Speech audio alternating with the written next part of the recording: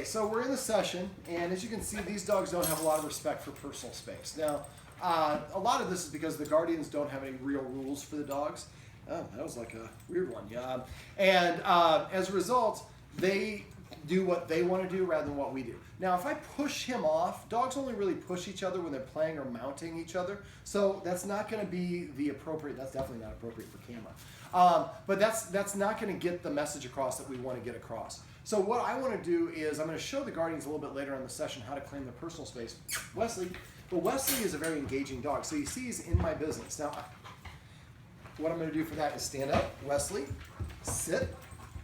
I'm going to put him in a sit first. Sitting is a more subordinate position for dogs. Now I'm going to reach to pet him, and you notice every time I do, he starts leaning forward. So I retract my hand. I don't say no. And Wesley is available for adoption. He is an awfully awesome dog. There we go. So now the energy is a little different. The engagement is not pushy taking from me. But basically these dogs jump up on their humans because they don't have any rules, so they think they can tell the humans what to do. I jump up on the humans and sometimes they pet me. And if they don't, then I'm going to jump up on them more to let them know, hey, I want you to pet me. So if we don't incorporate rules and boundaries and structure, and we have 5 dogs together because these dogs are, the guardians are awesome. They're rescuing these dogs and looking for forever homes. So if you're looking for dogs, we have some dogs here available for you. But if we don't provide them with the structure, all the dogs are going to compete with one another. And then they're not going to listen to the guardians when they disagree with them, unless the dog feels like doing so themselves. So when you start reaching over to pet one of the dogs and it starts getting towards you or jumping up on you, don't disagree, just retract. Because now we're controlling the resource, in this case, what the dog wants. Now, that is a little bit of dominance theory, controlling the resource. But this way, we're just doing it with positive reinforcement. So if I reach to pet the dog and he gets excited, I pull back. I wait for him to settle down, and I try again.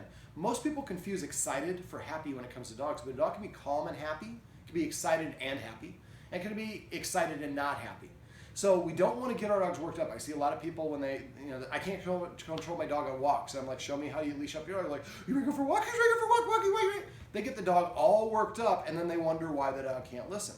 Excited is not happy. So we want our dogs to be calm and balanced. So when you're reaching over to pet any of the dogs, or the guardians here are reaching to pet any of the dogs, and they start getting excited to get up out of the sit, retract, tell them to sit again once. If they don't sit, then I would just cross my leg, go back to doing what I'm doing. If I have to, I would get up and leave the room and close the door behind me so they can't follow me.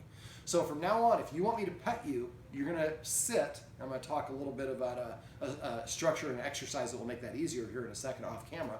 But only pet the dog when it's doing it by the rules that you want. And if it starts getting excited, we retract. If you do that with consistently good timing, after a while, the dogs will stop getting excited, because when I get excited, that stops the human from petting me.